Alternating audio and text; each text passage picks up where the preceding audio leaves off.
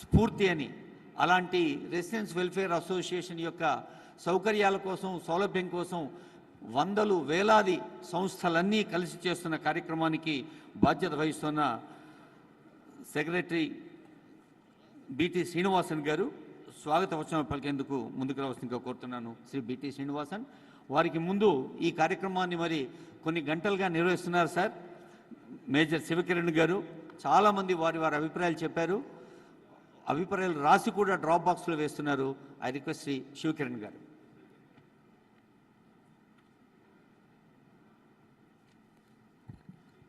అందరికీ స్వచ్ఛ నమస్కారం. United federation of resident welfare association తరఫున మంత్రి కేటీ రామారావు గారికి ప్రత్యేక స్వాగతం. Sir, thank you for this huge opportunity and for your presence here. It's an overwhelming experience for us seeing lot of RWAs and our accepting our invite and your being here is a huge plus. అందరికీ KTR sir గురించి తెలుసు, కానీ I just would like to mention 3 points our interaction with him and about him. First మాకు పరిచయం అయింది KT Ramarao sir 2016లో మా కాలనీకి వచ్చినప్పుడు చిన్న మీటింగ్. అప్పుడు Janardhan Reddy sir GHMC commissioner, without any patrol, without any security, just walked in the morning. ఒక 100 మంది కూడా లేరు. చాలా బాగా మాకు హైదరాబాద్ గురించి చెప్పి అండ్ దెన్ ఈ లెఫ్ట్. వెళ్ళిపోతున్నప్పుడు మా ఒక రెసిడెంట్ అడిగినారు, క్యా వా చీఫ్ మినిస్టర్ సాబ్ ఆయా క్యా అని అడిగినారు. He asked me whether the chief minister was here. That was the kind of response. ఇంకోటి ఇప్పుడే కృష్ణ గారు మాట్లాడుతూ కేటీఆర్ సార్ రెస్పాన్స్ గురించి మాట్లాడినారు.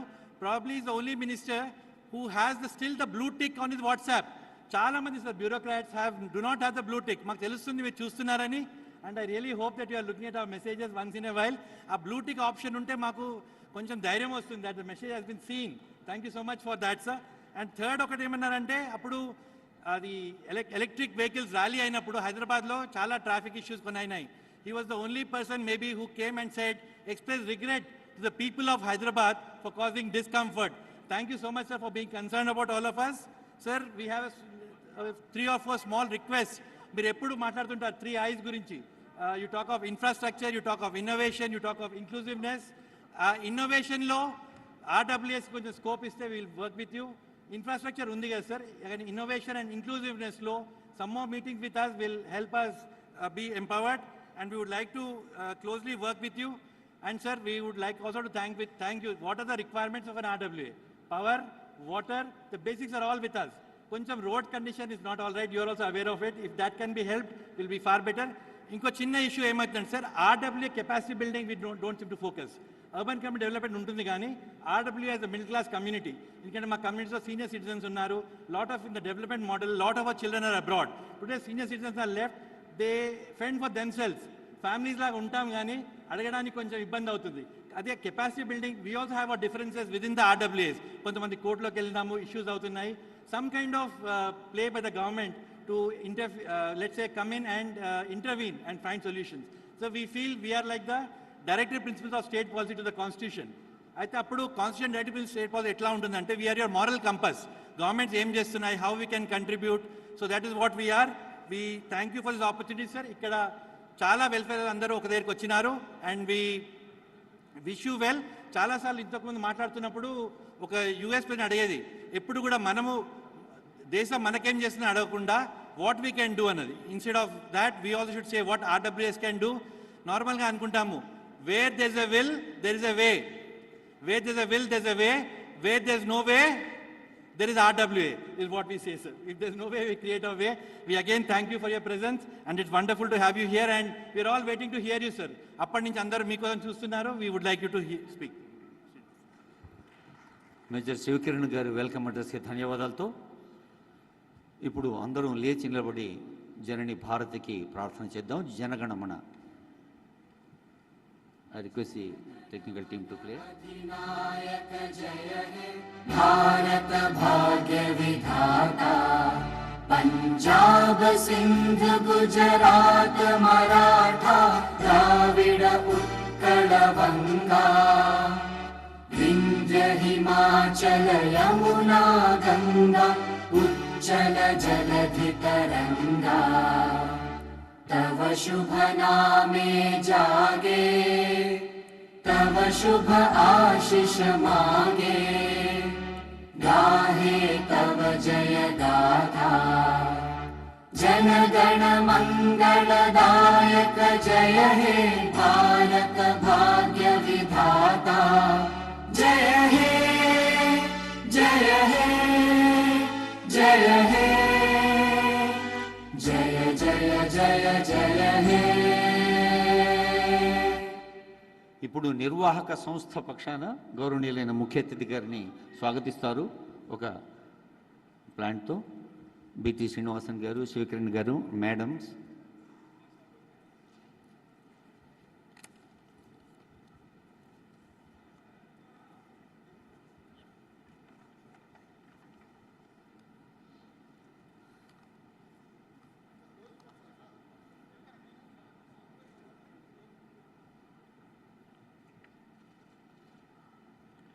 మన కేటీ అన్న అబ్రివేషన్లో ఐటీ గుర్తొస్తుంది. ఐటీ అంటే కేవలం ఇన్ఫర్మేషన్ టెక్నాలజీనే కాదు, అది ఇన్నోవేటివ్, అంటే ఎప్పటికప్పుడు అవసరానికి తగిన ఆలోచనలు ఒక విజన్తో అమలు చేసే ప్రయత్నం జరుగుతోంది.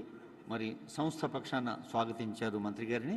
ఇప్పుడు వి ప్రకాష్ గారిని వారు ఎన్ని గంటలైనా మాట్లాడగలరు, కానీ కేటీఆర్ గారు మరో కార్యక్రమంలో పాల్గొనాల్సి ఉన్న కారణంగా క్లుప్త సుందరంగా మన జల వనరుల ప్రాధాన్యాన్ని గురించి చెప్పాల్సిందిగా, ఎన్నో దశాబ్దాలుగా ఈ రంగంలో వారు చేస్తున్న కృషి మనకు తెలుసు. ఆచార్య జయశంకర్ గారి అలా ఎంతో మంది మేధావులతో కలిసి ముందుకు నడిచిన మిత్రులు ప్రకాష్ గారు. సభకు నమస్కారం. వేదిక మీద ఉన్న పెద్దలు, గౌరవ మంత్రివర్యులు శ్రీ కేటీఆర్ గారికి, ఈ కార్యక్రమాన్ని చాలా విజయవంతంగా నిర్వహిస్తున్న మేజర్ శివకిరణ్ అండ్ శ్రీనివాసన్ గారికి,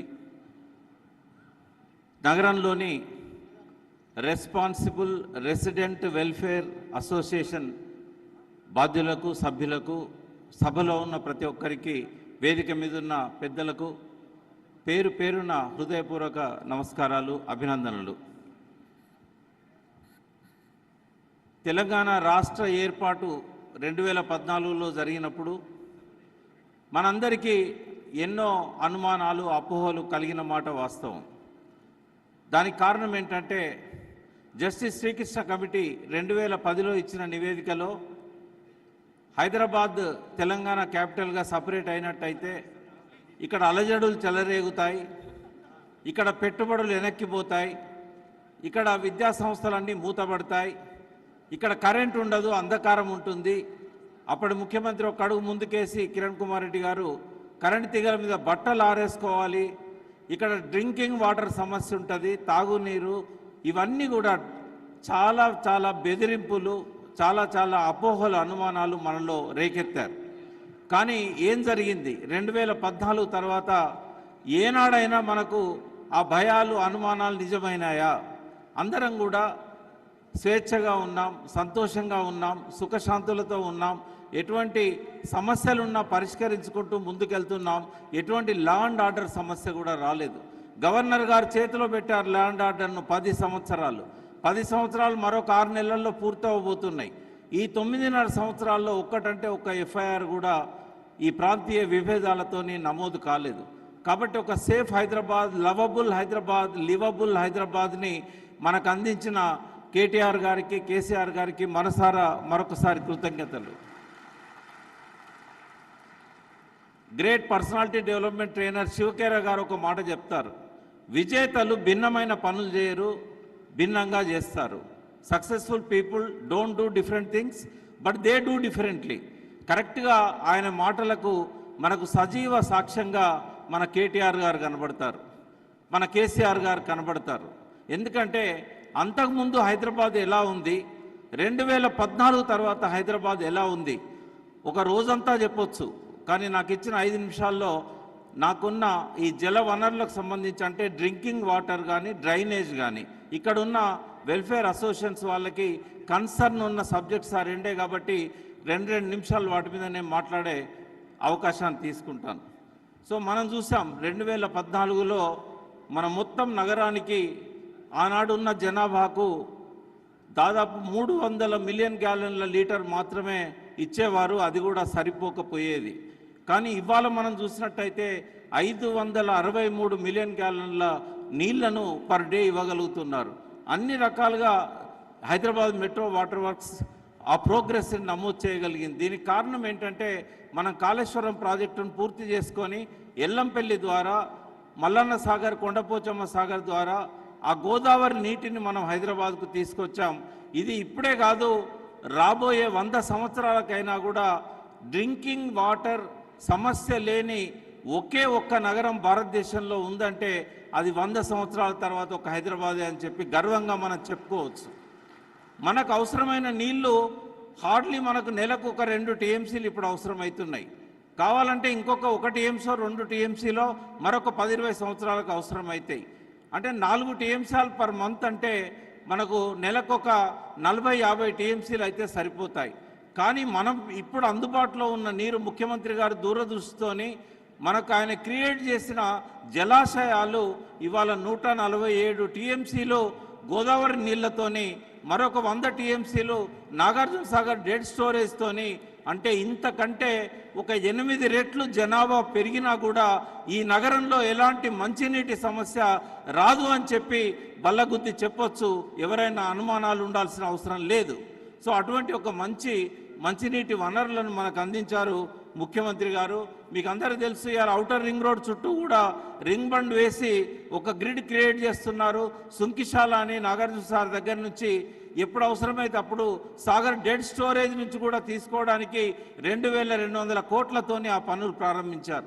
సో ఇవాళ గోదావరి నీళ్లు తీసుకురావడంలో ఆనాటి ప్రభుత్వం గోదావరి నీళ్లు తేవాలనుకొని ఆ ప్రాజెక్టు మొదలుపెట్టినా కూడా వచ్చిన బాటిల్ నెక్స్ అనేటివి వాళ్ళు తొలగించలేకపోయారు. డిఫెన్స్ వాళ్ళతో సమస్యలు వచ్చాయి, రైల్వే వాళ్ళతో సమస్యలు వచ్చాయి. దీన్ని ఎవరో పరిష్కరించలేదు. మన ముఖ్యమంత్రి గారు కేసీఆర్ గారు స్వయంగా ఒక్కొక్క సమస్యను అడ్రస్ చేసి రైల్వే వాళ్ళతోని, డిఫెన్స్ వాళ్ళతోని అందరితో మాట్లాడి రికార్డ్ టైంలో గోదావరి నీటిని మనకు అందించారు అపర భగీరథుడైన మన ముఖ్యమంత్రి గారు. అదేవిధంగా నగరానికి నీళ్లు తేగలిగాం, కానీ మన నగరంలో నీళ్ళని ఎట్లా మనం పంపిణీ చేయాలా, ఈ విషయంలో కేటీఆర్ గారు తీసుకున్న శ్రద్ధ కానీ వారి పట్టుదల కానీ వారి కృషి కానీ అభినందనీయం. ఇవాళ మనం ఉన్న ఈ ప్లేస్ నుంచి ఇదే విస్పర్ వ్యాలీ, ఇదే జేఆర్సీ ఫంక్షన్ హాల్ దగ్గర నుంచి మైండ్ స్పేస్ ద్వారా ఇవాళ గచ్చిబౌలి దగ్గరికి 20 మిలియన్ గ్యాలన్ల నీరు ప్రతిరోజు సరఫరా కాగలిగిన అతిపెద్ద పైప్ లైన్ నిర్మాణం వారి దూరదృష్టితో జరిగింది. ఇవాళ ఫైనాన్షియల్ డిస్ట్రిక్ట్ కానీ, గచ్చిబౌలికి కానీ, ఐటీ కారిడార్కి కానీ ఎక్కడ కూడా మంచినీటి సమస్య లేకుండా వారు చేయగలిగారు. ఇవాళ కేవలం సంపన్నులకు, ధనవంతులు, ఐటీ కారిడార్లకే కాకుండా ఇవాళ స్లమ్స్లో కూడా ప్రతి ఒక్క కుటుంబానికి 20 కిలోలీటర్ల నీటిని ఉచితంగా అందిస్తున్నారు. మనకు ఎటువంటి మంచినీటి సమస్య లేదు. మనకున్న సమస్య అంతా డ్రైనేజ్ సమస్య. ఈ డ్రైనేజ్ సమస్య గురించి మనం చూసాం. 2016లో 2020లో మన క్లౌడ్ బర్స్ట్ అయినాయి. ఈ క్లౌడ్ బర్స్ట్ ఎందుకైతే అని చెప్పడానికి ఒక్క నిమిషం నేను అట్మాస్ఫియరిక్ రివర్స్ అనే దాని గురించి నేను మాట్లాడతాను.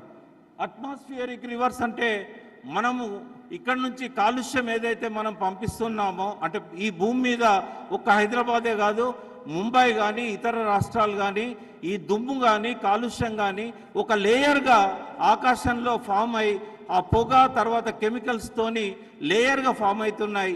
వాటి మీద వాటర్ స్టోర్ అవుతుంది. ఆ బరువుకు కిందికి తగ్గి తగ్గి తగ్గి తగ్గి భూమి వాతావరణంలోకి వచ్చినప్పుడు ఆ రివర్స్ బ్లాస్ట్ అవుతున్నాయి.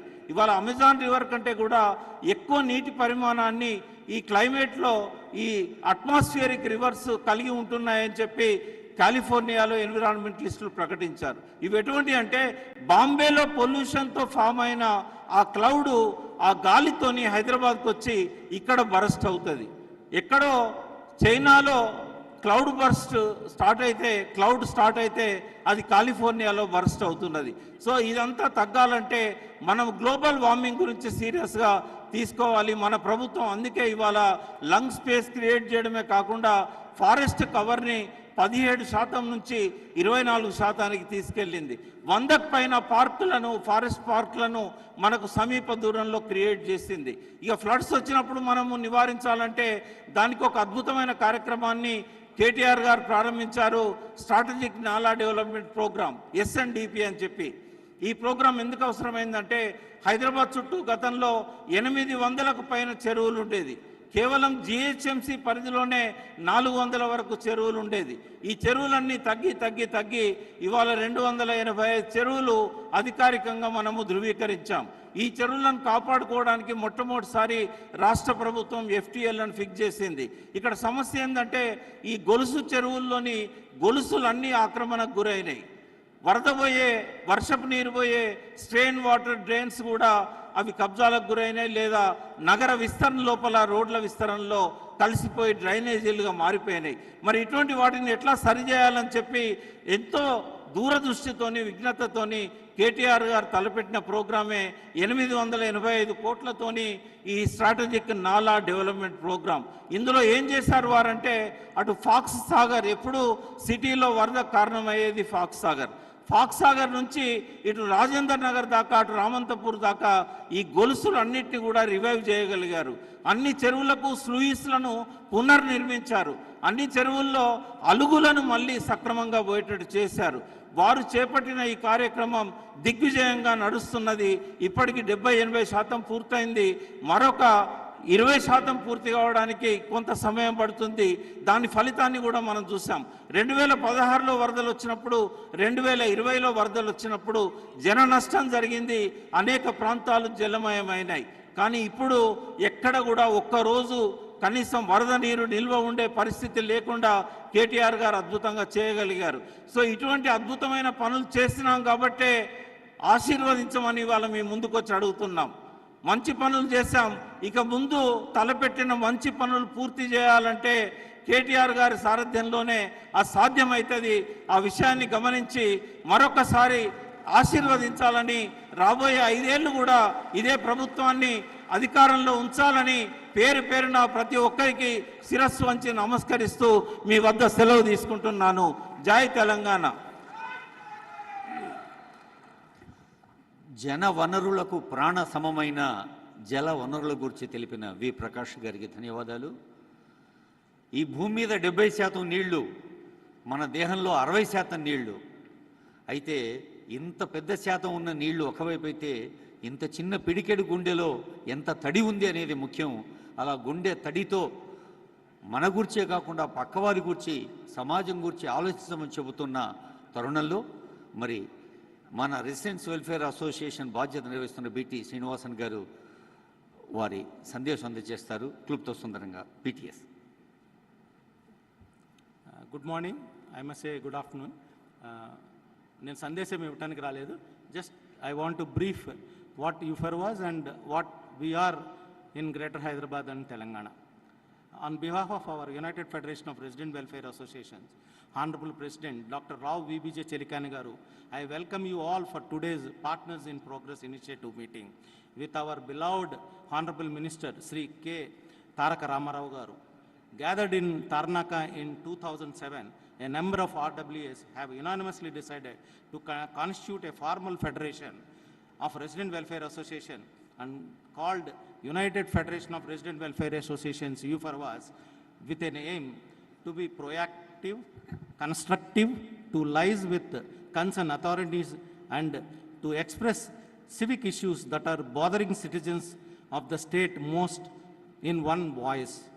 The main focus is to stimulate awareness on the responsibilities and rights of the residents and to enhance the attention, action and commitment of the administration towards all-round well-being of the residents and to empower the residents to become active agents of change and to supervise proper implementation of the powers and responsibilities given to the urban bodies as per the 74th Amendment Act and Article 232 of the Constitution. As at present, around 4,300 flat association, that is apartment association and colony associations are affiliated to Resident Welfare Associations UFER was in Greater Hyderabad. So we are very closely working with RWAs that way. UFER was from the beginning working closely with GHMC. UFER was involved in resolving various civic issues and also in development initiatives like Swachh Hyderabad, Haritaharam, RERA bill enactment in Parliament, Railway Development Project, extending support to local administration in COVID pandemic management, Army roads closure issue, and other major civic issues. In the year 2012, UFER was, for the first time in India, hosted a national conference of Resident Welfare Association in Hyderabad. This conference was attended by a number of RWAs from most of the states and formed a national apex body of RWAs called Confederation of Resident Welfare Associations, CORWA. Since then, every year, a national conference of RWAs happening in one of the major cities in India. Our next national conference is scheduled for 2 days on 25th and 26th of November, that is this month, in Bangalore. Thank you for giving this opportunity. Especially, ఇక్కడికి వచ్చిన RWS అందరికీ కూడా స్వాగతం. కేటీఆర్ గారు ఇక్కడ ఈ అవకాశం మనకి ఇచ్చినందుకు చాలా thank you sir for his time. ఎందుకంటే చాలా టైట్ షెడ్యూల్లో ఉన్నారు ఆయన, పోల్ షెడ్యూల్లో. రెండోది, పొలిటికల్ పార్టీగా బీఆర్ఎస్ పార్టీకి మేము ఒక రిప్రజెంటేషన్ ఇచ్చాం యూఫర్ వాస్ నుంచి. ఏమనంటే, సార్ మీరు ఈ 5 ఏళ్ళు ఏం చేశారు, మీ పార్టీ విజన్ ఏంటి ఫర్ ఆర్డబ్ల్యూఎస్ సిటిజన్స్కి అని అడిగితే, he said, you have a meeting, I'll come and attend that meeting and address you all. Thank you, sir. Thank you all. Thank you Bitti Srinivasan garu. ఇందాకే అనుకున్నాం, మన వ్యక్తిగత పనులకి కుటుంబ పనుల కోసమే టైం సరిపోయిన రోజుల్లో 45 ఏళ్లుగా ఇలా జనావాసాల కోసం, నివాసితుల కోసం కృషి చేస్తున్న అమ్మ గీతమ్మ 2 నిమిషాలు మాట్లాడతారు. 45 ఏళ్ల కృషిని 2 నిమిషాల్లో చెప్పడం అంటే ఏనుగును చెంబులో దించటం. అమ్మ అందుకు సమర్థురాలు. ధన్యవాదాలండి. నా చిన్నప్పుడు మా అమ్మ నన్ను గీతమ్మ అని పిలిచేది. Today he's called me that. సరే, we're all using the acronym RWAs very freely, but there was an origin of this. Antamundu, when I first started this activity, there were youth associations, cooperative societies, housing societies, but nothing else. Whereas మా చుట్టూ పరిసరాల్లో కొంత శుభ్రత అన్నీ కావాలంటే I had to write some letters. I didn't know in what way to write it. Some youth association in our colony gave me some sheets of letterhead saying, ఇది వాడుకోమన్నారు. When I went with those to the municipal office, then Municipal Corporation of Hyderabad, they said, ఇది పెట్టుకుని మీరేం సాధిస్తారండి అన్నారు. So I immediately then and there coined the word Methodist Colony Welfare Association. I went back home, retyped the letters on an old typewriter, and from there began the journey. In one decade, 94 to 2004, we made a booklet, The Decade of Development, starting with basics, roads, footpaths, street lights. We tried to cover everything. Slowly we became ambitious. ఐదేళ్లలో we realized we have open spaces. ఇవన్నీ కబ్జాదార్ చేతుల్లో పోకూడదని చెప్పి we approached again the municipal corporation, and we could salvage 4 parks which are even today iconic in the city. We have a park with neem trees which are more than 100 years old, 3 of them. We have another park with natural rock formations, the Rock Park, and we have 2 spaces for our children to play. In fact, it is with pride, KT Ramarao garu visited our Neem Park in the same meeting that was mentioned earlier. He came unannounced. We were totally unprepared. He asked me one question that day. I don't know if he remembers it. He asked, how did you protect this park? Or how did you prevent it from getting encroached? I said, it's a very good question, but the job was already done, and even today, we have fought many attempts to make structures, destroy the park in multiple ways, and we have succeeded. RWAs are the face of the communities, whether it's apartment or a gated community or a building or a colony. And we are also the interface between government administration and the local community. In the early years, whether it was for a property tax self-assessment, whether it is to ask for response from voters, the government agencies sent their people to my house. I said, what can I do for you? So provided them, used the lists of names that we had compiled, used the layout maps that we had made, and it all became very useful. Thereafter, today, it's the era of WhatsApp and social media. There are umpteen ways we can share grievances, we can ask for things. The point is, after a first decade of a lot of problems, we go through teething troubles. All the new fancy gated communities, ఇవాళ కూడా సైబరాబాద్ నుంచి ఒక ఆయన మాట్లాడారు, minister గారు రాకముందు. He was talking about multiple issues in a positive way. I liked that because, yes, okay. And it is the importance of understanding the system, working with the system, and we have to innovate, we have to cooperate, we have to participate, and we have to emulate other good examples. We also rescued a well, my area lo. It's a 100-year-old well. We have also borrowed ideas from other colonies, and that is why, though I live in Methodist colony, I consider myself a part of the Greenland's residents. Thank you all very much. Geethamma గారికి ధన్యవాదాలు.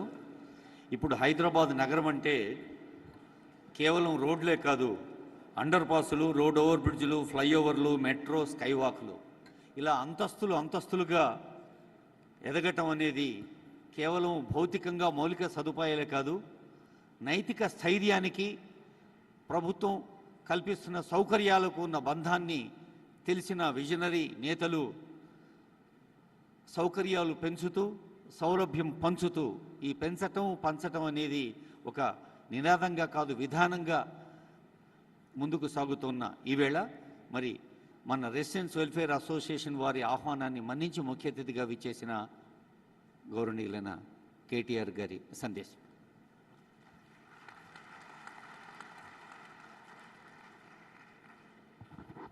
అందరికీ నమస్కారం. గౌరవనీయులు పెద్దలు, ఈ కార్యక్రమాన్ని ఏర్పాటు చేసిన మరి శివ్ కిరణ్ గారు, మేజర్ శివ్ కిరణ్, గీతా గారు, శ్రీనివాసన్ గారు, వైవి రావు గారు, మధులిక గారు, వేదిక పైన ఉన్న ప్రకాష్ గారు, క్రిషాంక్ గారు, గౌరవనీయులు దక్షిణామూర్తి గారు, కార్యక్రమంలో పాల్పంచుకుంటున్న హైదరాబాద్ నగరానికి సంబంధించిన, అదేవిధంగా చుట్టుపక్కల ఉన్న కొన్ని హెచ్ఎండిఏ పరిధిలోని ఇతర మున్సిపాలిటీల్లో కూడా ఉన్న రెసిడెంట్ వెల్ఫేర్ అసోసియేషన్స్ నుంచి విచ్చేసిన మిత్రులందరికీ, రెసిడెంట్ వెల్ఫేర్ అసోసియేషన్స్ యొక్క ఆఫీస్ బేరర్స్ అందరికీ హృదయపూర్వకంగా నమస్కారం. పాత్రికేయ మిత్రులకు కూడా హృదయపూర్వకంగా నమస్కారం. మరి ఇప్పటిదాకా ఏ విషయాల్లో ఇప్పటిదాకా ప్రసంగించిన వక్తలు మాట్లాడారు అంటే, నాకు ఒక నోటు కూడా శ్రీనివాసన్ గారు ఇచ్చారు, శృతి గారు ఇచ్చారు. ముఖ్యంగా చెరువులు, వాటి సంరక్షణ, చెరువుల్ని ఎంక్రోచ్మెంట్ కాకుండా, అందులోకి సెవరేజ్ రాకుండా కొన్ని చేశారు, ఇంకా చేయండి అనేది ఒకటి చెప్పారు. తర్వాత రెసిడెంట్ వెల్ఫేర్ అసోసియేషన్లకి ఒక 2010 చట్టం ప్రకారం ఒక చట్టబద్ధత ఉంది. దాన్ని రిజిస్ట్రేషన్లో కొన్ని ఇన్కన్సిస్టెన్సీస్ ఉన్నాయి, దాన్ని కన్సిస్టెంట్గా ఉండేటట్టు చేయండి అని చెప్పారు. అదేవిధంగా ప్రాపర్టీ ట్యాక్స్ విషయంలో కూడా కొన్ని అనామలీస్ ఉన్నాయి, వాటిని కూడా కరెక్ట్ చేయండి అంటూ చెప్తున్నారు. తర్వాత ట్రాఫిక్ ఇష్యూస్ కూడా, అంటే స్టాగర్డ్ ట్రాఫిక్ మేనేజ్మెంట్ చేస్తే బాగుంటుంది. ట్రాఫిక్ ఇష్యూస్ కూడా ఒకటేసారి పీక్ టైమ్స్లో, ముఖ్యంగా శేర్లింగంపల్లి ఇంకా ఇతరత్ర ఏరియాస్లో విస్తృతమైన ట్రాఫిక్ ఇష్యూస్ ఉన్నాయి, దాన్ని కూడా స్టాగర్ చేయండి అని చెప్పారు. దాంతోపాటు కన్స్ట్రక్షన్ అండ్ డెమోలిషన్ వేస్ట్, భవన నిర్మాణ శిథిలాలు, వ్యర్థాలు రోడ్ల మీద ఉన్నాయి, వాటిని కూడా తొలగించాలి, ఒక డ్రైవ్ చేయాలి. పార్కులు, ముఖ్యంగా నైబర్హుడ్ పార్క్స్, వాటి మెయింటెనెన్స్, వాటికి సంబంధించి రోడ్స్ మీద పార్కింగు, తర్వాత కొన్ని లింక్ రోడ్లు చేశారు. కాకపోతే ఇది నాకు తెలిసి శ్రీనివాసన్ గారు రాసింటారు, లేదంటే మేజర్ శివకిరణ్ రాసింటారు. హైదరాబాద్ వైపు, పశ్చిమ హైదరాబాద్లో చాలా చేశారు, కానీ సికింద్రాబాద్ వైపు కూడా చేయాలి అని చెప్పి నార్త్ ఈస్టర్న్ సికింద్రాబాద్ అని ప్రత్యేకంగా రాశారు. అందుకే మీరే, I'm sure it must be you. తర్వాత పబ్లిక్ ట్రాన్స్పోర్టేషన్ పెంచాలి, మెట్రో ఇంకా బస్సెస్ కూడా పెంచాలి ఓవరాల్ సిటీలో అనేది. నాయిస్ పొల్యూషన్ అరెస్ట్ చేయడానికి తీసుకోవాల్సిన చర్యలు, సివరేజ్ మరియు drainage infrastructure, flood management, stray animals problem ఏదైతే ఉందో, వీధి కుక్కలు స్వైర విహారం చేస్తున్నాయి, దాన్ని అరికట్టాలి. అదేవిధంగా వేస్ట్ మేనేజ్మెంట్ని ఇంకా ఇంప్రూవ్ చేయాలి. ఈ పొలిటీషియన్స్ కట్టే ఫ్లెక్సీల విషయంలో కూడా రాశారు. ఫ్లెక్సీలను కూడా మాకు అవరోధంగా ఉన్నాయి, తొలగించాలి. Bus base, lane protection, flooding, dump yards, drinking water, slum areas development, అదే మాదిరిగా లేక్ అవేర్నెస్ కూడా పెంచాలి అనేది మొత్తంగా ఇప్పుడు దాకా జరిగిన చర్చలో సారాంశం. నాకు చెప్పింది ఏంటంటే ఇవన్నీ కూడా అడ్రస్ చేయాల్సిన అంశాలని చెప్పారు. దాంతోపాటు ఆర్డబ్ల్యూఎస్ రిప్రజెంటేషన్ కూడా పెంచాలి వార్డు కమిటీల్లో. సివరేజ్ ట్రీట్మెంట్ ప్లాంట్స్ ఇప్పుడు జిహెచ్ఎంసీ పరిధిలో కంప్లీట్ చేశారు. హెచ్ఎండిఏ లిమిట్స్లో మీరు యాడ్ చేయాలి, మున్సిపాలిటీస్ లిమిట్లో. ప్రాపర్టీ ట్యాక్స్ని కూడా యూనిఫామ్ చేయండి. ఇది స్థూలంగా రెసిడెంట్ వెల్ఫేర్ అసోసియేషన్స్ నుంచి వచ్చిన సలహాలు, సూచనలు. నాకు తెలిసి కొన్ని సజెషన్ బాక్సెస్ కూడా ఉన్నాయి. ఎన్నికల సమయం కాబట్టి నేను ఒక్కొక్కరితో వ్యక్తిగతంగా సంభాషించలేకపోవచ్చు, ఒక్కొక్క అసోసియేషన్తో కూర్చోలేకపోవచ్చు. ఎందుకంటే ఒక మీటింగ్ నుంచి ఇంకో మీటింగ్కు పరిగెడతాం. కాబట్టి నేను శివకిరణ్ గారిని, శ్రీనివాసన్ గారిని అడిగింది ఏంటంటే మీరు సజెషన్స్ అన్నీ కంపైల్ చేసి నాకు ఇవ్వండి. డిసెంబర్ 3 తర్వాత ఎట్లాగో మళ్ళీ మేమే గవర్నమెంట్లో ఉంటాం కాబట్టి మేమే చేస్తామని చెప్పాను. నాకు అనుమానం ఏం లేదు. మీ అందరి బాగా పనిచేసిన ఏ గవర్నమెంట్ అయినా, బాగా పనిచేసిన ఏ సంస్థనైనా ప్రజలు వదులుకోరు. ఆ విషయంలో నాకు విశ్వాసం. ఎందుకంటే రాజకీయ నాయకులు ఎవరు ఎన్ని మాట్లాడినా, మనం సోషల్ మీడియాలో ఎవరు ఎన్ని రకాల వ్యతిరేక ప్రచారాలు చేసినా కళ్ళ ముందు చూసేదాన్ని ప్రజలు నమ్ముతారు తప్ప అభూత కల్పనలు, నోటికొచ్చినట్టు చేసే విమర్శలు అవి ఎవరు పట్టించుకోరు, వింటారు. ఇప్పుడు వినడం తప్పు కాదు, చూడడం అంతకంటే తప్పు కాదు, కానీ విచక్షణ కోల్పోకూడదు. విచక్షణ కోల్పోకుండా జాగ్రత్తగా నిర్ణయాలు తీసుకోవాలి. ఓవరాల్గా నేను ఒక 5 నిమిషాలు 10 నిమిషాల్లో తెలంగాణలో 9.5 సంవత్సరాలు ఏం జరిగింది అనేది చెప్పి భవిష్యత్తులో ఏం చేయబోతున్నామో కూడా చెప్పే ప్రయత్నం కొత్త చేస్తాను.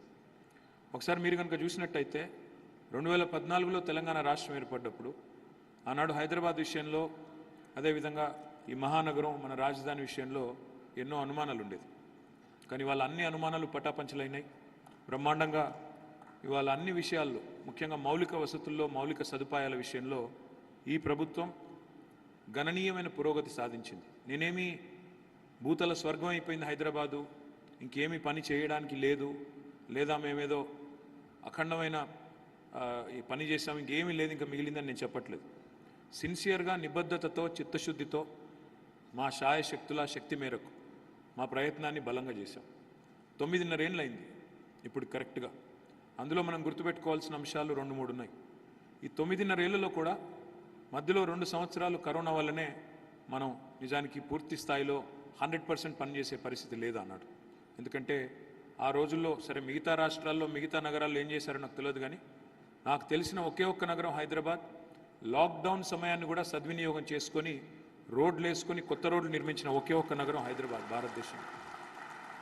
అలా కష్టపడ్డాం. ఆ రోజు లేబర్ క్యాంపులకు కూడా పోయాము. క్యాంపులకు పోయి వాళ్ళని కన్విన్స్ చేసాం, మీకేం కాదు, మేము ఉన్నాము, మీకు ఎక్స్ట్రా పేమెంట్ కూడా ఇస్తాము, మీకు ఏమైనా ఆరోగ్య సమస్య వస్తే మేము దగ్గరుండి చూసుకుంటాము అని చెప్పి. కోవిడ్ సమయంలో నేను కూడా స్వయంగా చాలా కన్స్ట్రక్షన్ లేబర్ ఉంటే వాళ్ళ క్యాంపులకు కూడా వెళ్ళి వాళ్ళని బతిమలాడి, కాంట్రాక్టర్ల దగ్గర పనిచేసే వర్కర్లకు కూడా చెప్పి, ఎందుకంటే నగరం ఇంత ఫ్రీగా మనకు దొరకదు, మళ్ళీ దొరకదు. ఎందుకంటే రోజుకు 6 గంటల కంటే ఎక్కువ పని చేయలేం మహానగరంలో. ట్రాఫిక్ ఎప్పుడు ఆపుతాం, ఎక్కడ ఆపుతాం అంటే మనం రాత్రి దాదాపు 12 నుంచి ఉదయం 6 గంటల వరకే పని చేయగలుగుతాం తప్ప మిగతా టైంలో చేయలేం. అందుకే నేను అందరినీ ఒప్పించాను అప్పుడు దగ్గరికి వెళ్ళి, దయచేసి మీరు మాకు సహకరించండి, ఎందుకంటే ఈ టైం తప్ప మాకు మళ్ళీ 24 గంటలు పనిచేసే టైం మళ్ళీ దొరకదు అంటే పాపం వాళ్ళు కూడా దయతో ఒప్పుకున్నారు. వాళ్ళకు కూడా నేను ధన్యవాదాలు తెలియజేస్తాను. అయితే 2 సంవత్సరాలు కరోనా వల్ల పోయింది. మాకు 9.5 సంవత్సరాల కాలం దొరికితే 2 సంవత్సరాలు కరోనా వల్ల పోయింది. ఇక మరో సంవత్సరం ఎలక్షన్లు కొట్లాడడంలోనే పోయింది ఆటోమేటిక్గా. మొదటి 6 నెలలు సర్దుకోవడం, ఆ తర్వాత 2 ఎలక్షన్లు. కాబట్టి నికరంగా మేము పనిచేసింది నెట్ తీసుకుంటే 6-6.5 సంవత్సరాలు మాత్రమే. మిగతా 2 ఏళ్ళు కోవిడ్, సంవత్సరంన్నర ఎలక్షన్లు, కొత్త రాష్ట్రము, సర్దుకోవడం, కొత్త సంసారం. కాబట్టి ఒక 6 నెలలు దానికి. వెరసి మేము పనిచేసింది నికరంగా 6-6.5 సంవత్సరాలు మాత్రమే. మరి 6-6.5 ఏళ్లలో మేము చేసిన పని మీ కళ్ళ ముందుంది. అంతకంటే ముందు 65 ఏళ్ల పని కూడా మీ కళ్ళ ముందే ఉంది. భారతదేశానికి స్వాతంత్రం వచ్చిన తర్వాత 65 ఏళ్ళు మేమైతే లేము. ఆనాడు ప్రభుత్వంలో మేము లేము. మాకంటే ముందున్న వాళ్ళు వేరే వాళ్ళు ఉన్నారు. ఇవాళ ఈ 6.5 ఏళ్లలో ఏం జరిగింది అంటే హైదరాబాద్లో మీరు గమనిస్తే, ఒకటి అన్నింటికన్నా ముఖ్యమైనది, అన్నింటికన్నా గణనీయమైన విజయం ఏంటి అంటే హైదరాబాద్లోని విద్యుత్ సరఫరాని బ్రహ్మాండంగా కేసీఆర్ గారి నాయకత్వంలో ఇవాళ దేశమే గర్వపడే విధంగా మనం హైదరాబాద్లో వ్యవసాయ రంగంలో రాష్ట్రం అంతటా కూడా ఇవాళ సమృద్ధిగా విద్యుత్ ఉత్పత్తి చేసి గతంలో ఉన్న కష్టాలు ఏవి లేకుండా చేసుకోగలిగాం. ఆనాడు హైదరాబాద్లో ఏ అపార్ట్మెంట్కి పోయినా, ఏ ఇంటికి పోయినా ఇన్వర్టర్లు, జనరేటర్లు స్వాగతం పలికేది. ఇవాళ ఇన్వర్టర్ల కంపెనీలకి, జనరేటర్ల కంపెనీలకి తెలంగాణలో పెద్దగా బిజినెస్ లేదు. చాలా ఆల్మోస్ట్ తగ్గిపోయింది, ఆల్మోస్ట్ లేదని చెప్పవచ్చు. ఆ స్థాయికి గణనీయంగా పవర్ సప్లై మాత్రం పెంచుకున్నాం. అదేవిధంగా మంచినీళ్ళు ఇవన్నీ నేను చెప్తే చిన్న చిన్న అంశాలు అనిపిస్తాయి. ఇప్పుడు ఆశ్చర్యం ఏంటంటే మనిషికి మతిమరుపు అనేది ఒక రకంగా వరం, ఒక రకంగా శాపం. వరం ఎట్లా అంటారా, చాలా సందర్భాల్లో ఏదైనా బాధాకరమైన సంఘటనలు మనకు ఎదురైనప్పుడు అందులోంచి బయటపడాలి అంటే మతిమరుపు అవసరం. మర్చిపోకపోతే ముందుకు పోలేం. కానీ మాకు శాపం ఎందుకంటే 10 ఏళ్ల తర్వాత ఇవన్నీ అనుభవంలోకి వచ్చిన తర్వాత ఏముందిలే, కరెంటు కొత్తగా ఇచ్చేదేముంది, ఎప్పుడు అట్లా ఉంది కదా, మర్చిపోతాం. నేను ఈ ట్విట్టర్లో, సోషల్ మీడియాలో కొద్దిగా ఎక్కువ యాక్టివ్గా ఉంటాను. అందులో నాకు మెసేజ్లు వస్తుంటాయి. 10 నిమిషాలు 15 నిమిషాలు కరెంటు పోగానే నాకు ఆవేశంగా మెసేజ్లు పెడుతుంటారు. ఏమని, ఇదేనా నువ్వు చెప్పిన బంగారు తెలంగాణ, ఇదేనా నువ్వు చెప్పిన 24 గంటల కరెంటు పోయి 15 నిమిషాలు అయింది, ఏం చేస్తున్నారా మీరు?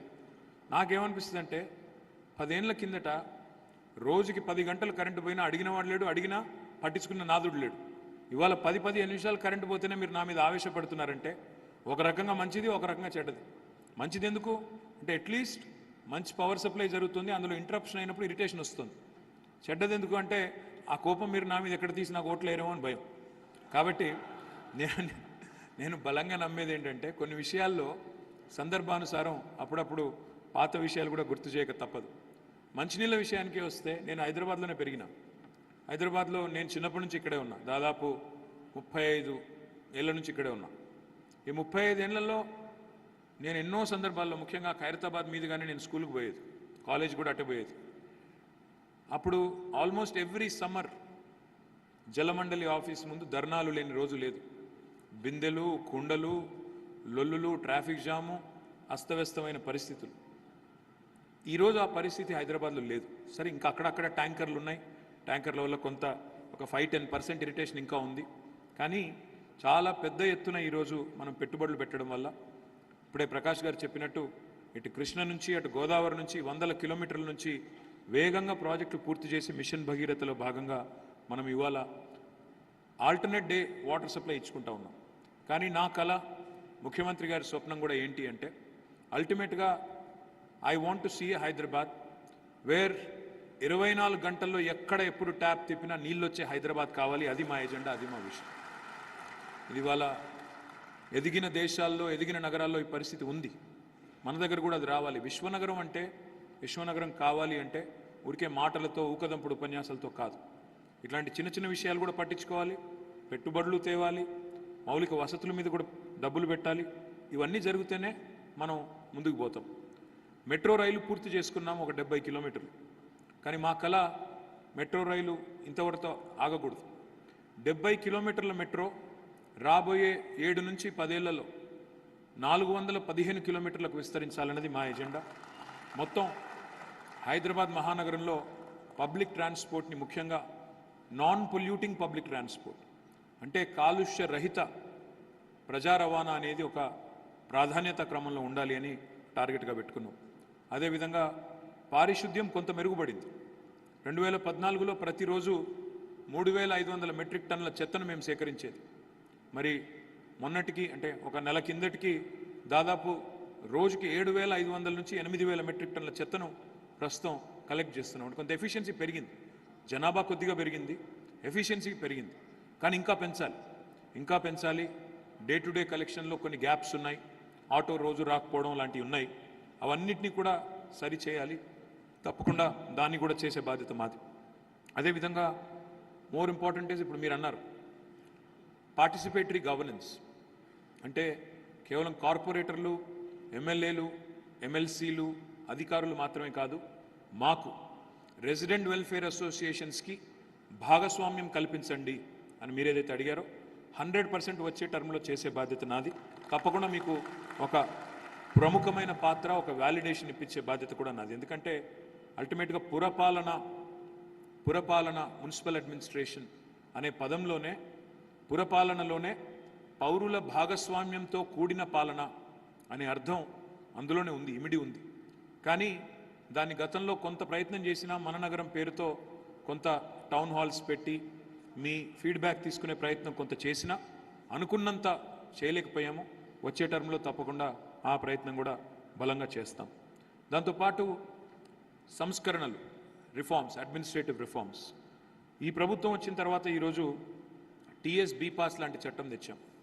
మీకు 21 రోజుల్లో ఏ బిల్డింగ్ అయినా పర్మిషన్ ఇవ్వాలి, లేదంటే ఆటోమేటిక్ అప్రూవల్ అనే ఒక సిస్టమ్. తద్వారా అవినీతి తగ్గించాలి, లంచగొండితనం తగ్గించాలనే ఒక బలమైన ప్రయత్నం చేశాం. ట్రాన్స్పరెన్సీ తెచ్చే ప్రయత్నం చేశాం. కొంతమేరకు సఫలమయ్యాం. ఇంకా అందులో కూడా చిన్న చిన్న చిక్కులు ఉంటే వాటిని కూడా తప్పకుండా సరిదిద్దుతాం. హైదరాబాద్, మరి మీరు చాలామందికి తెలియకపోవచ్చు, ఇది 100% సివరేజ్ ట్రీట్మెంట్ కెపాసిటీ అయిన ఒకే ఒక్క నగరం భారతదేశంలో ఈరోజు మన హైదరాబాద్ మాత్రమే. 100% సివరేజ్ ట్రీట్మెంట్. మొన్ననే అక్టోబర్ మాసానికి ప్రాజెక్టులన్నీ పూర్తయినాయి. ఎలక్షన్ కోడ్ రావడం వల్ల మనం స్టార్ట్ చేయలేదు. తప్పకుండా డిసెంబర్ 3 తర్వాత వాటన్నిటిని కూడా లాంచ్ చేస్తాము.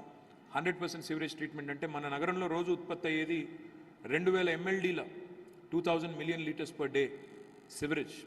ఈరోజు మన కెపాసిటీ కూడా మనం దాదాపు 100% సివరేజ్ ట్రీట్మెంట్ కెపాసిటీ పెంచుకున్నాము. అన్ని ప్లాంట్స్ కూడా దాదాపుగా పూర్తయినాయి. డిసెంబర్ మాసంలో మిగతా అన్ని కూడా ప్రారంభించుకున్నట్టయితే సివరేజ్ ట్రీట్మెంట్ విషయంలో మనకి నగరం కూడా మెరుగయ్యే పరిస్థితి ఉంటుంది. అదేవిధంగా మీకు తెలుసు, effective law and order. KCR గారు ముఖ్యమంత్రి అయిన తర్వాత తీసుకున్న మొట్టమొదటి నిర్ణయం హైదరాబాద్లో శాంతి భద్రతల పరిరక్షణకి. ఎందుకంటే ఈ నగరంలో ఎలాంటి పంచాయతీ లేకుండా, హిందూ ముస్లిం పంచాయతీ కానీ, ఆంధ్ర తెలంగాణ పంచాయతీ కానీ, ఇంకో పంచాయతీ కానీ ఎక్కడా లేకుండా చాలా పటిష్టమైన శాంతి భద్రతలు మన నగరంలో గత 10 సంవత్సరాలుగా సమర్థవంతమైన నాయకత్వంలో అమలు చేసుకుంటా ఉన్నాం. అదేవిధంగా మహిళల కోసం షీ టీమ్స్, ఇట్లాంటి women safety ideas, hawk eye లాంటివి, షీ టీమ్స్ లాంటివి ప్రత్యేకంగా పెట్టి మన నగరంలో ఏ టైంలోనైనా మహిళలు మేము ఒంటరిగా బయటకు వెళ్ళినా మాకే ఇబ్బంది లేదు అనే స్థాయిలో ఇవాళ విమెన్ సేఫ్టీ మీద కూడా సేఫ్ సిటీ అనే క్యాంపెయిన్లో భాగంగా 5 లక్షల సీసీ కెమెరాలు పెట్టుకున్నాం. అదేవిధంగా విమెన్ సేఫ్టీ కోసం ప్రత్యేకమైన కార్యక్రమాలు తీసుకున్నాం. ఇవి కూడా చేసుకున్నాం. రోడ్స్కి సంబంధించి చాలా కార్యక్రమాలు తీసుకున్నాం. మనం SRDP అయితే మీకు తెలుసు, ఇవాళ నగరంలోని ప్రతి మూలకి మీరు ఎక్కడికి వెళ్ళినా మీకు SRDP యొక్క ఫలితాలు కనబడతాయి. మీరు సికింద్రాబాద్ వైపు వెళ్తే అక్కడ కూడా మీకు మరి రైల్వే అండర్ పాస్లు, అదేవిధంగా రైల్వే ఓవర్ బ్రిడ్జ్లు అక్కడ కూడా కడుతున్నాం. అదే మాదిరిగా మీరు మల్కాజ్గిరి వైపు వెళ్తే ఎప్పటి నుంచో మీకు కలగా ఉన్న ఈస్ట్ ఆనంద్ బాగ్ లాంటి RUBలు కూడా పూర్తి చేసుకున్నాం. ఉప్పల్ వైపు వెళ్తే అక్కడ కూడా చెర్లపల్లిలో కూడా RUB పూర్తి చేసుకున్నాం. ఎల్బీ నగర్ అయితే జంక్షన్ మొత్తం ఎట్లా మారిందో మీకే కనబడుతోంది. నాగోల్ కానీ, ఎల్బీ నగర్ కానీ, బైరామల్ కూడా కానీ మీ కళ్ళ ముందే కనబడుతోంది. ఓల్డ్ సిటీలో కూడా ఇవాళ మలక్పేట్ కానీ, బహదూర్పురా కానీ, ఫలక్నుమా కానీ, శాస్త్రీపురం కానీ ఆ ప్రాంతం కూడా ప్రతి చోట మనం ప్రాజెక్టులు తీసుకున్నాం. కొన్ని పూర్తయినాయి, కొన్ని అవుతున్నాయి. అదేవిధంగా శేర్లింగంపల్లి, కూకట్పల్లి అయితే మీకు చెప్పాల్సిన అవసరం లేదు. బహుశా నగరంలోనే అత్యధికంగా SRDP ఎక్కడ జరిగింది అంటే కూకట్పల్లి, శేర్లింగంపల్లి అండ్ కుత్బుల్లాపూర్ అని చెప్పక తప్పది. 3 చోట్ల అత్యధికంగా చేసింది 3 చోట్ల. అట్లా SRDPలో భాగంగా చాలా అండర్ పాస్లు, ఫ్లైఓవర్లు ఇవన్నీ నిర్మాణం చేసుకున్నాం. లింక్ రోడ్లు, నాకు మాజీ సుప్రీంకోర్టు ప్రధాన న్యాయమూర్తి ఎన్వి రమణ గారు చెప్పారు ఒకసారి. ఆయన హైదరాబాద్కి వస్తే, చాలా బాగా చేస్తున్నారా మీరు, ఈ లింక్ రోడ్లు చాలా బాగుంది ఐడియా, ఎవరిచ్చారు ఐడియా ఇది, మిగతా వాళ్ళకు కూడా చెప్పండి అన్నారు.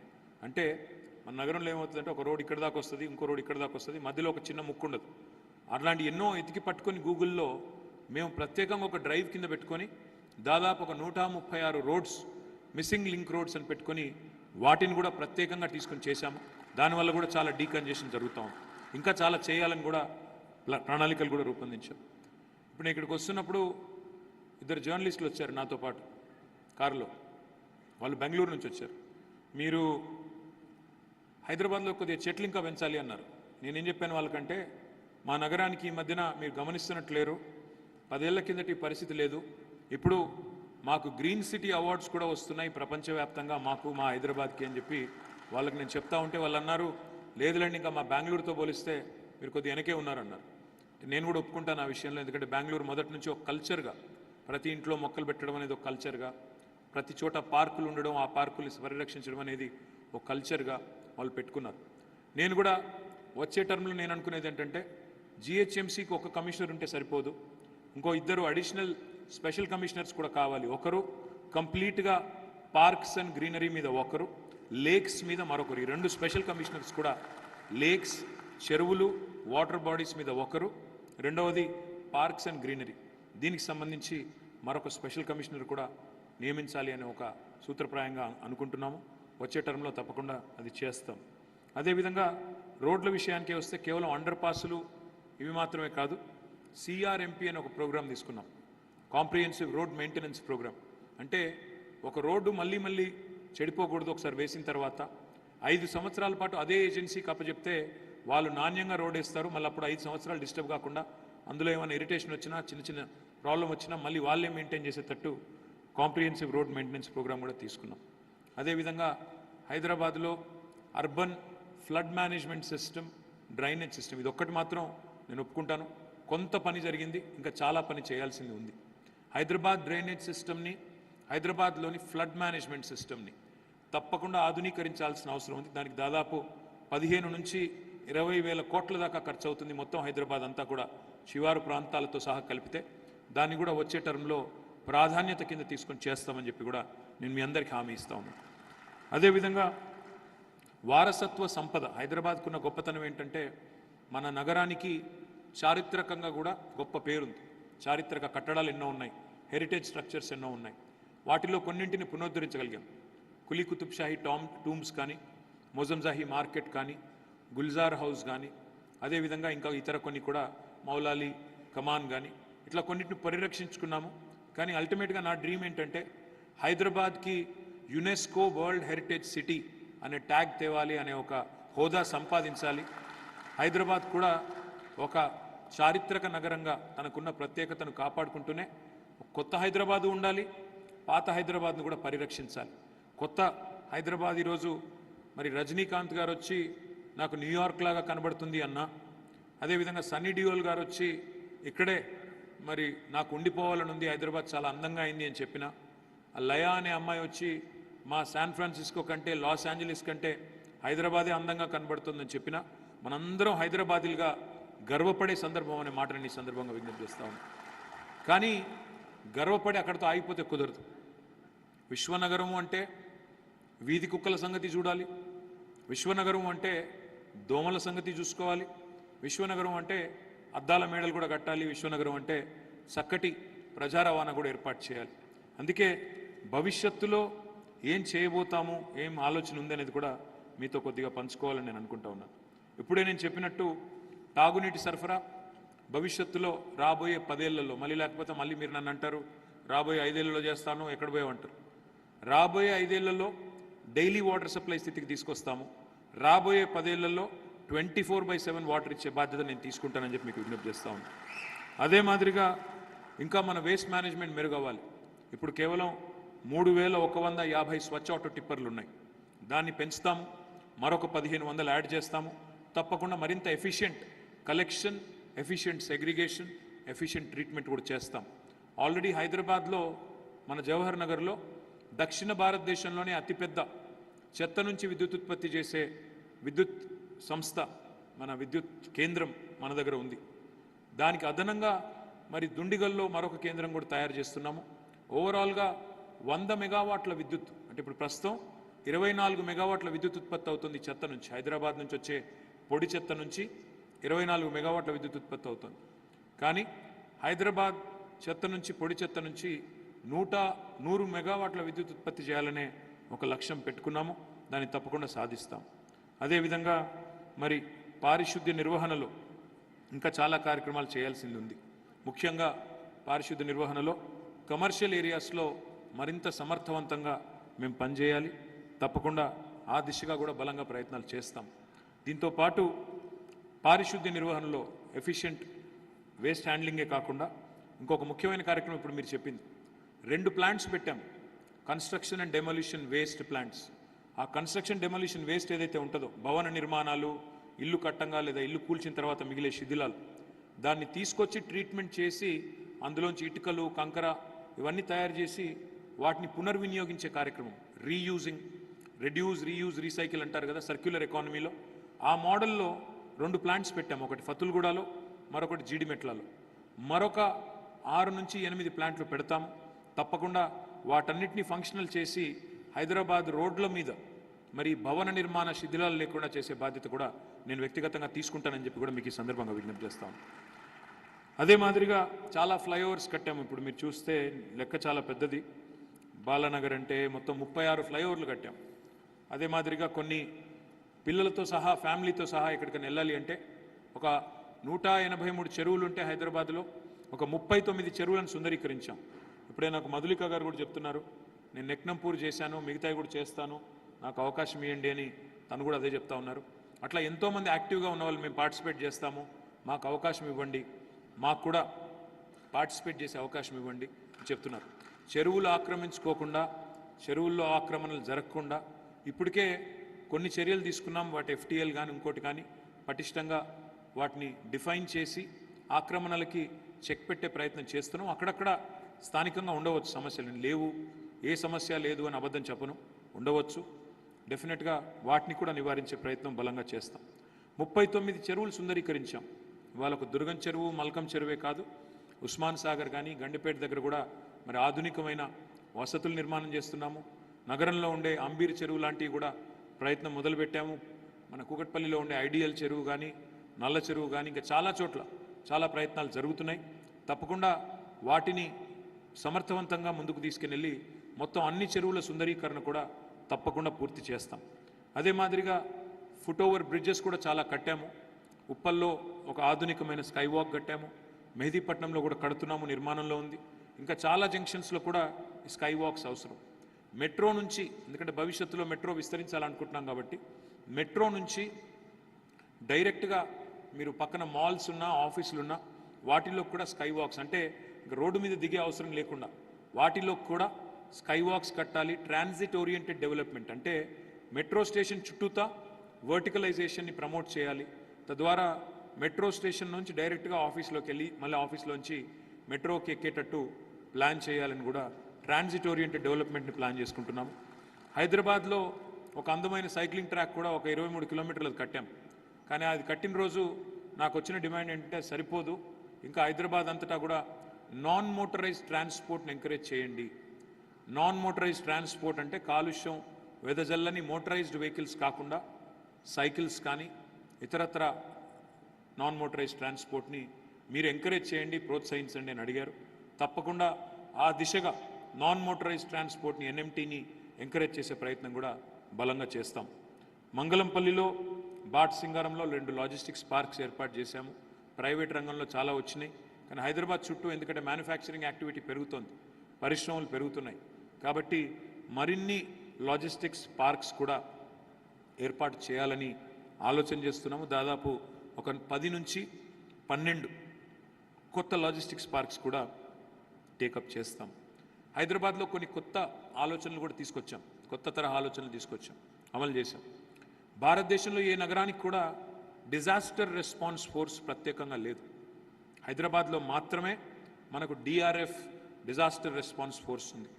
వెల్ ట్రైన్డ్ పర్సనల్, ఎక్కడన్నా ఒక చెట్టు విరిగినా, ఫ్లాష్ ఫ్లడ్స్ లాంటివి వచ్చినా వెంటనే వచ్చి మనని కాపాడడానికి ఇవాళ NDRF అనేదేమో కేంద్ర ప్రభుత్వం యొక్క సంస్థ. అదే పద్ధతుల్లో DRF, సిటీ DRF, ఇది మనం హైదరాబాద్లోనే మొట్టమొదటిసారి ప్రవేశపెట్టాం.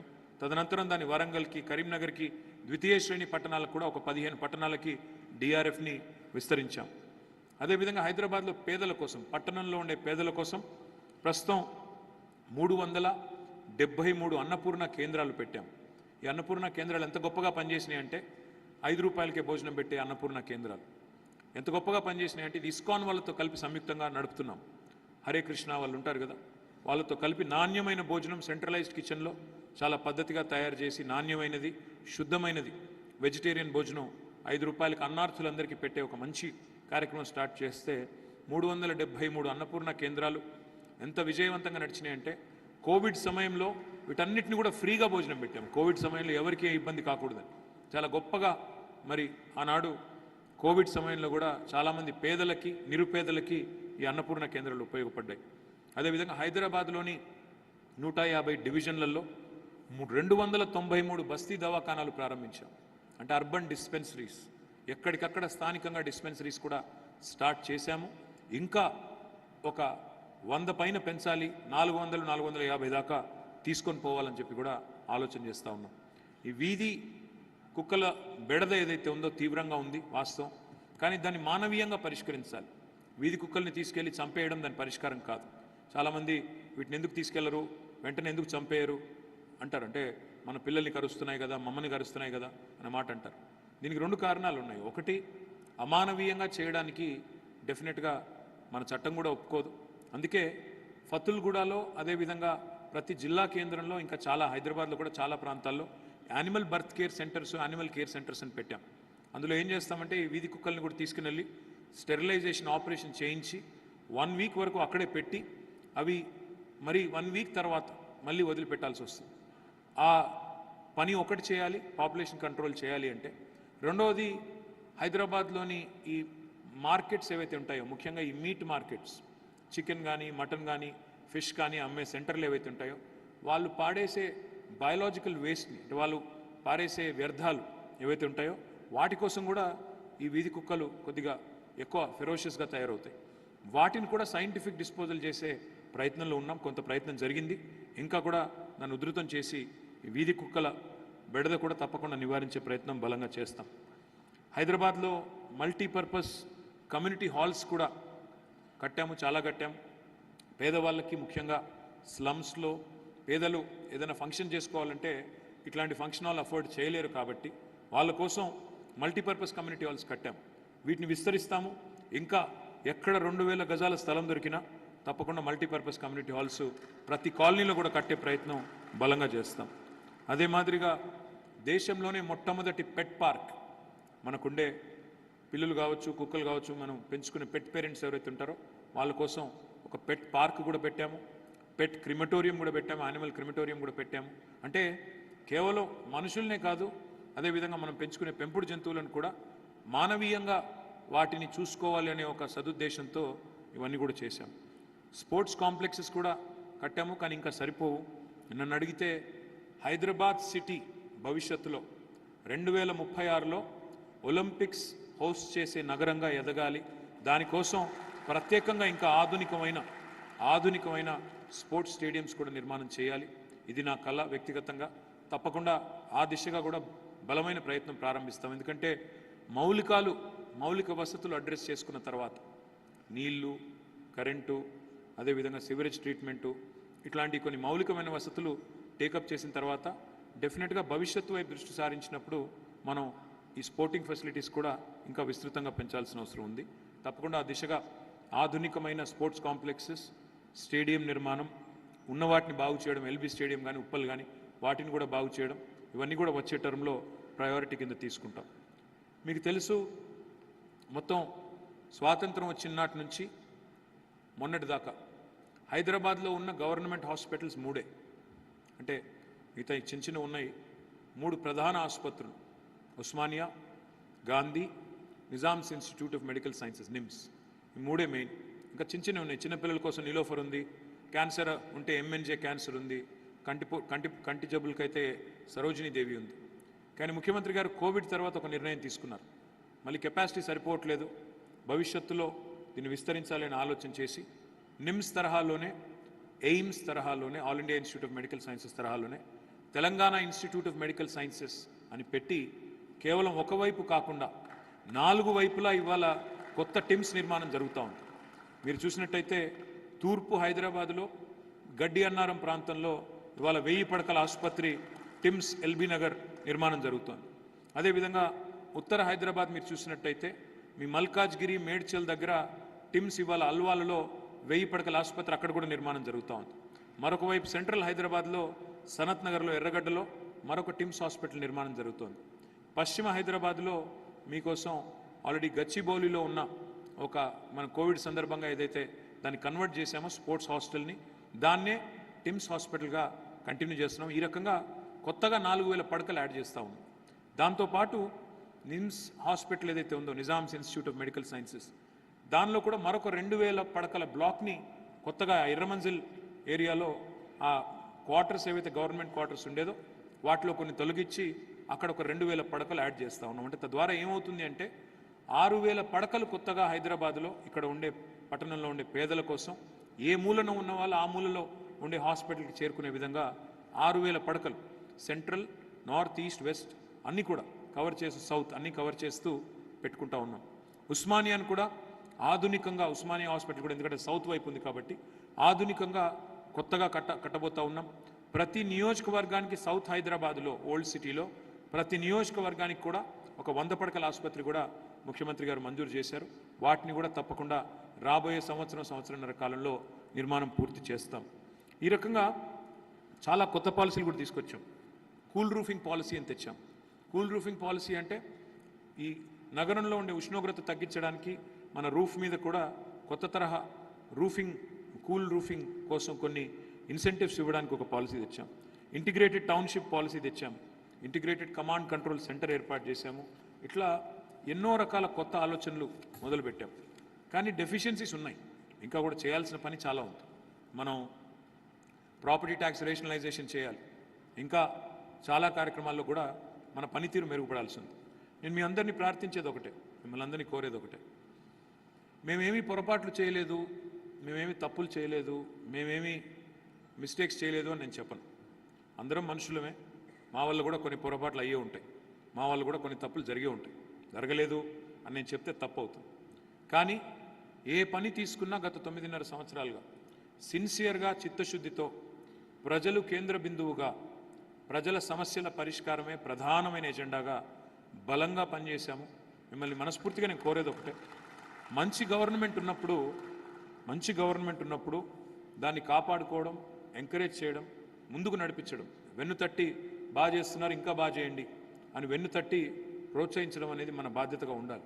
లేకపోతే ఇప్పుడు ఏమైపోయిందంటే సమాజంలో కొత్త ఒక వింత, పాత ఒక రొత్త అన్నట్టు అయిపోయింది.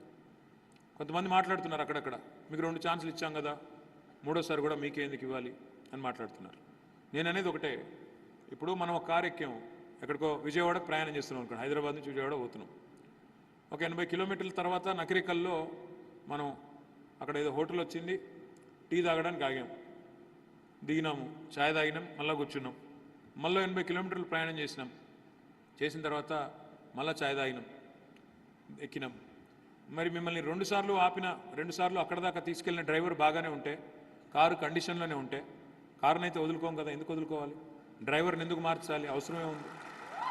అంతా బాగున్నప్పుడు, ఇంజన్ బాగుంది, కారు మంచిగా ఉరుకుతుంది, డ్రైవర్ మంచిగా ఉన్నాడు, మార్చుకోవాల్సిన అవసరం కేవలం నావెల్టీ కోసం, కొత్తదనం కోసం అయితే కొత్త వాళ్ళని తెచ్చుకోం కదా అనవసరంగా. ఇంకొక మాట కూడా నేను కోరేది, హైదరాబాద్లో ఈరోజు చాలామందికి ఒకటి అర్థం కాదు. నన్ను అంటుంటారు, మీరు ఐటీ మినిస్టర్ కదా, ఐటీ గురించి బాగా ఎక్కువ హడావుడి చేస్తున్నారు అంటారు. వాస్తవం ఏంటంటే హైదరాబాద్లో ఐటీ రంగం వల్ల ఎంతమందికి ఉపాధి అవకాశాలు దొరుకుతున్నాయి అంటే, మన ప్రభుత్వం వచ్చినాడు, మన రాష్ట్రం ఏర్పడినాడు 2014లో హైదరాబాద్లో ప్రత్యక్షంగా, డైరెక్ట్గా ఐటీ రంగంలో పనిచేసే ఉద్యోగులు 3,23,000. ఈరోజు దాదాపు 10 లక్షల ఉద్యోగులు పనిచేస్తూ ఉన్నారు. అంటే 300% పెరిగింది. అని మళ్ళీ గుర్తుపెట్టుకోండి, మధ్యలో కోవిడ్ 2 సంవత్సరాలు, కోవిడే లేకపోతే అది 12 లక్షలు దాటేది. మనం వరుసగా 2 సంవత్సరాలు భారతదేశంలో ఏ నగరం సాధించిన ఘనత సాధించాం. బెంగళూరును కూడా ఉపాధి కల్పనలో, టెక్నాలజీ జాబ్స్ విషయంలో గత 2 సంవత్సరాలు బెంగళూరును కూడా దాటేశాం.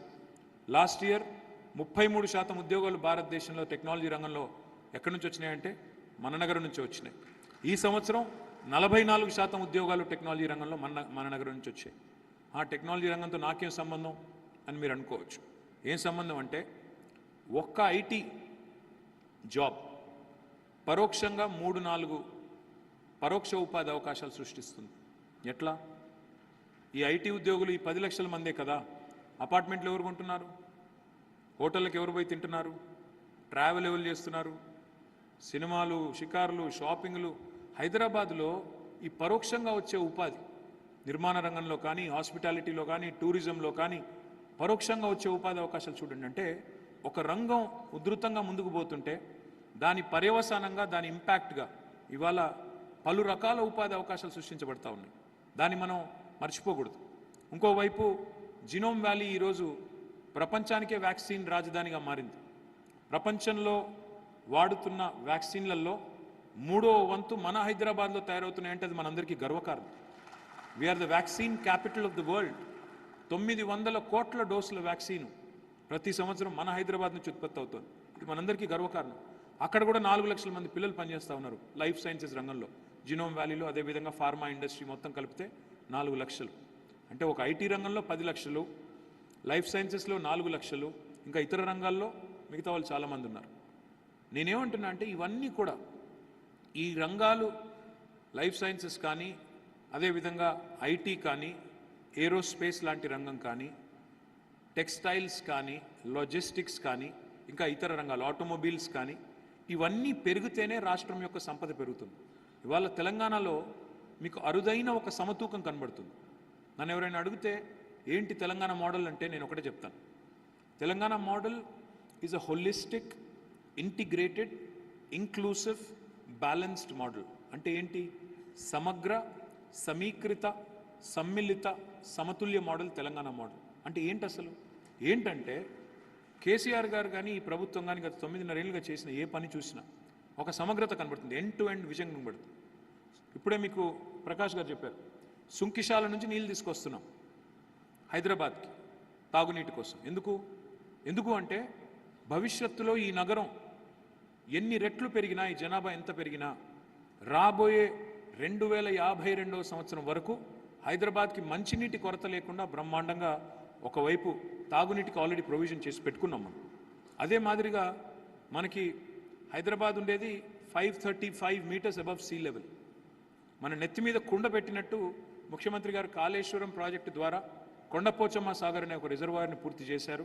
మనం 535 మీటర్స్లో ఉంటే కొండపోచమ్మ సాగరు 618 మీటర్ల మీద ఉంటుంది. అక్కడ నుంచి గ్రావిటీ ద్వారా మనకు ఎప్పుడు కావాలంటే అప్పుడు మన గండిపేటకు నీళ్ళు తీసుకోవచ్చు. అల్టిమేట్గా మనం బ్రహ్మాండంగా తాగునీరు వాడుకోవచ్చు. అంటే ఇవి చాలా దీర్ఘకాలికంగా, హోలిస్టిక్గా ఆలోచించి తీసుకున్న నిర్ణయం. అదే మాదిరిగా ఈరోజు మనం చూసినట్టయితే కేవలం సమీకృత అంటే, ఇంటిగ్రేటెడ్ అంటే నా ఉద్దేశం ఏంటంటే కేవలం నీళ్ళని తేవడమే చూడలేదు. ఆ నీళ్లు వృధా అయినప్పుడు, ఆ నీళ్లు మళ్ళీ వేస్ట్ వాటర్ కింద మళ్ళీ హైదరాబాద్లోకి విడుదల చేయబడుతున్నప్పుడు దాని సంగతి ఏంటి అని కూడా ఆలోచించి 100% సివరేజ్ ట్రీట్మెంట్ కెపాసిటీ తీసుకొచ్చాం. అదే మాదిరిగా ఇంక్లూసివ్ అంటే నా ఉద్దేశంలో సమ్మిళిత అంటే ఇవాళ హైదరాబాద్లో కులం పేరు మీద కుంపట్లు లేవు, మతం పేరు మీద మంటలు పెట్టలేదు, ప్రాంతం పేరు మీద పంచాయతీ పెట్టలేదు. కేవలం అభివృద్ధే మా కులం, సంక్షేమమే మా మతం, జనహితమే మా అభిమతం అని ముందుకు పోయింది. 9.5 ఏళ్లలో ఎక్కడ ఒక్క తగాదా లేదు, ఒక్క ఎఫ్ఐఆర్ లేదు, ఒక్క పంచాయతీ లేదు. కులం పేరు మీద, మతం పేరు మీద, ప్రాంతం పేరు మీద తగాదా పడే పరిస్థితి తీసుకొని రానివ్వలేదు. అంత అద్భుతంగా ఒక stable government and able leadership ఇవాళ ఉంది కాబట్టే మనం ముందుకు పోతున్నాం. సమతుల్య మోడల్ అన్నాను నేను. అంటే ఏంటి సమతుల్యత అంటే? మీరు గమనిస్తే మనకంటే ముందున్న ప్రభుత్వాలు, ఒకనాడు చంద్రబాబు నాయుడు గారు ఇక్కడ ఆంధ్రప్రదేశ్ ముఖ్యమంత్రిగా పనిచేసినాడు. ఆయనకు ఒక ఇమేజ్ ఉండేది, pro business, pro IT, pro urban. తదనంతరం రాజశేఖర రెడ్డి గారు వచ్చారు. రాజశేఖర రెడ్డి గారికి pro rural, pro agriculture, pro poor అనే ఇమేజ్ ఉండేది. కానీ ఇవాళ కేసీఆర్ గారు గవర్నమెంట్ చూస్తే మీకు రెండిటి యొక్క మిక్స్ కనబడుతుంది. ఇక్కడ ప్రో బిజినెస్ ఉంది, ప్రో పువర్ ఉంది, ప్రో అర్బన్ ఉంది, ప్రో రూరల్ ఉంది, ప్రో ఐటీ ఉంది, ప్రో అగ్రికల్చర్ ఉంది. అందుకే ఒకవైపు ఐటీ ఎగుమతులు, ఐటీ ఎక్స్పోర్ట్స్ 56,000 కోట్ల నుంచి 2,41,000 కోట్లకు పెరిగినాయి మన ప్రభుత్వం వచ్చిన తర్వాత. 2014లో 56,000 కోట్లు ఉంటే ఈరోజు 2,40,000 కోట్లు. ఇంకోవైపు వ్యవసాయ ఉత్పత్తులు కూడా అంతే స్థాయిలో పెరిగినాయి. 68 లక్షల మెట్రిక్ టన్నుల ధాన్యం సేకరించే పరిస్థితి నుంచి ఇవాళ పంజాబ్, హర్యానాను తలదన్ని 3.5 కోట్ల మెట్రిక్ టన్నుల వరి ధాన్యాన్ని సేకరించే స్థాయికి తెలంగాణ ఎదిగింది. ఈ రెండింటి మధ్యన సమతూకం చూడండి. పల్లె ప్రగతి నడుస్తుంది, పట్టణ ప్రగతి నడుస్తుంది. మన జనాభా భారతదేశంలో 2.5%. 3% కంటే తక్కువ జనాభా ఉన్న తెలంగాణ భారతదేశంలో జాతీయ పంచాయతీ అవార్డ్స్ వస్తే 30% అవార్డులు మనకు వస్తూ ఉన్నాయి. మన జనాభా 3% కంటే తక్కువ.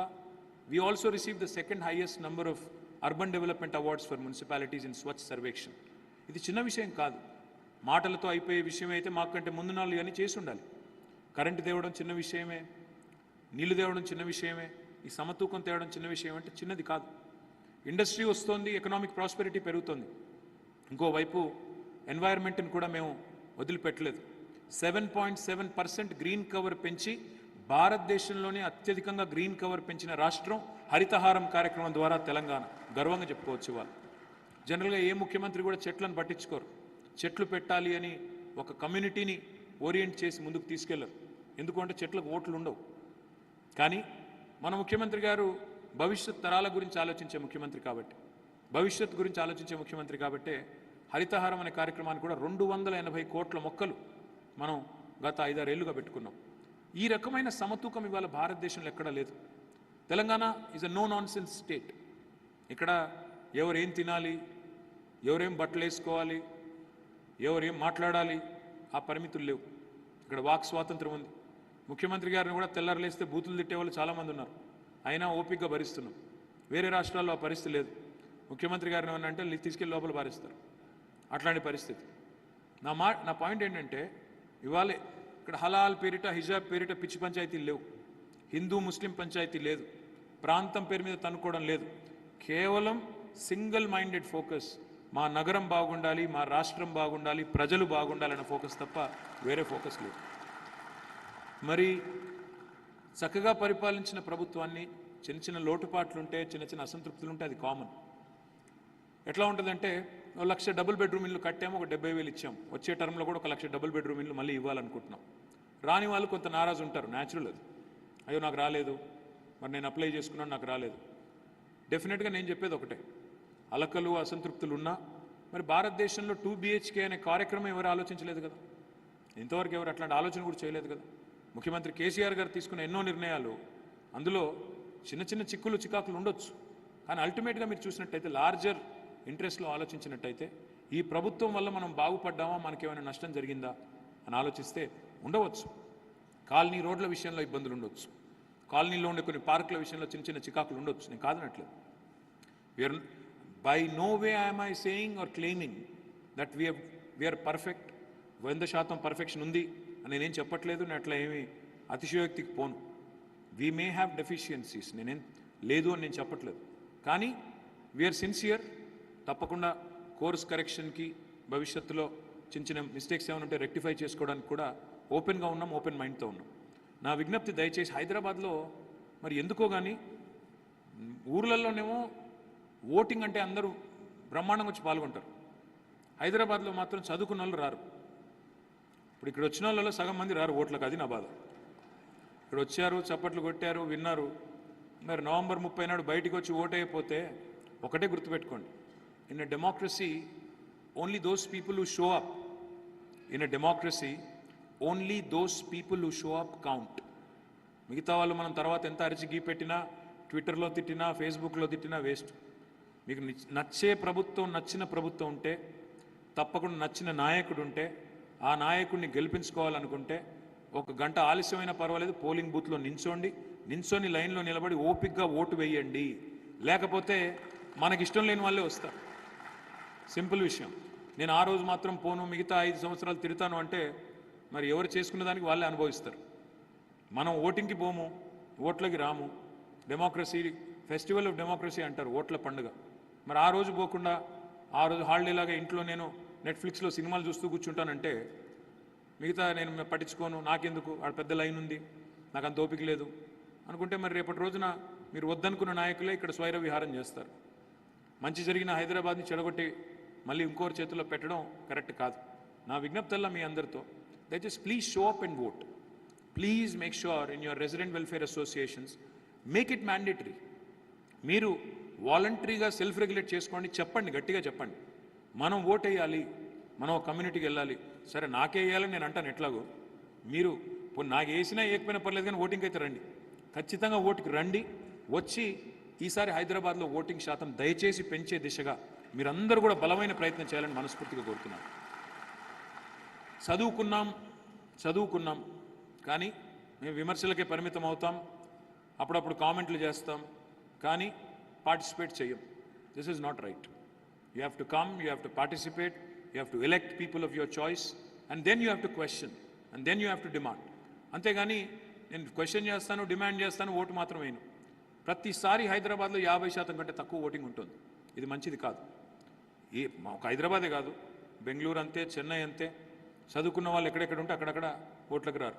మళ్ళీ హైదరాబాద్లో కూడా పడే ఓట్లు ఎక్కడ పడతాయి తెలుసా మీకు? Only slums.